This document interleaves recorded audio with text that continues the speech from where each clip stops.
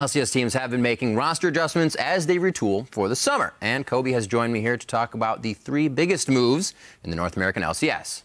Right. So, besides the two new teams coming into the North American LCS split, we also have a lot of changes to the existing teams. And these are three of the most important changes. At number 3, we have Gravity, who are bringing in both Move and Altec to replace St. Vicious and Cop.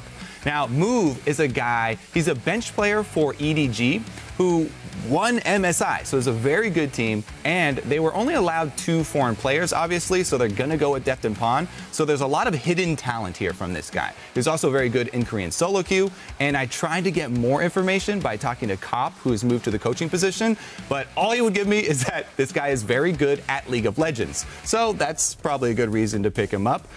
When you do lose St. Vicious, though, you're losing a very strong voice in-game, a single shot caller, so that may be something that they have to adjust to. I have also gotten confirmation, though, that he can communicate very well in broken English in-game and can contribute pertinent information to the shot calling. Now, Altec, he's going to replace Cop, and Cop actually had a very good split last split, put up some good numbers, and Altec's going to have some fairly big shoes to fill. Plus, you know, having to move around to support may have thrown off Altec's AD carry game. Speaking of supports, you know, Bunny Foof is going to have to adjust not only to playing with a new AD carry here, bringing in Altec, but he's also being trained as the shot caller to sort of replace St. Vicious. So that may, you know, shake up the bottom lane a little bit. Number 2 is going to be CLG replacing Link with both Pobelter and Huhi. Now, Huhi, he is still in Korea working out some visa issues. This is the guy that used to play on Fusion, by the way. So Pobelter is actually going to be the one definitely starting week 1. And Pobelter is a guy, he's been in the pro scene for a long time, even though he's really young.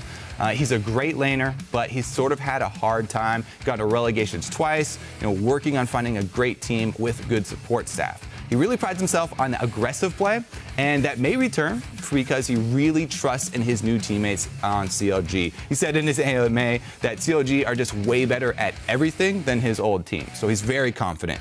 Now, Huhi is a guy, as I said, he used to play on Fusion, and he may take over when he does get back. I've heard a lot of really good things, not only from his old Fusion teammates about his, you know, just overall game knowledge as well as shot calling, but also from his scrims with CLG. They had a lot of success with him. And it's definitely going to be an asset for CLG to have 2 mid laners so they can push each other. You know, as they say, competition breeds excellence. At number 1, though, we've got to be Incarnation, coming into Cloud9, replacing High, the biggest change that we've seen in a long time, to a top 2 North American team. And this is such a big change because these players are so completely different. High is such a team-focused and macro-oriented player. He focuses a lot on vision control and helping out the team. Whereas Incarnation, he has 0 competitive experience, and consequently, he's focused really heavily on the laning phase and carrying the game himself. A lot of hype as well for Incarnation was based around his ability to climb the solo queue ladder really quickly.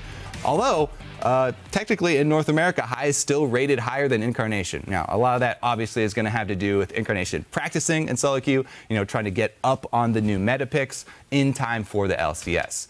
And even if Meteos does take over the shot calling role 100% from High, which, you know, used to be sort of a joint operation, we're still going to have to watch Incarnation and those solo queue habits that can shine through.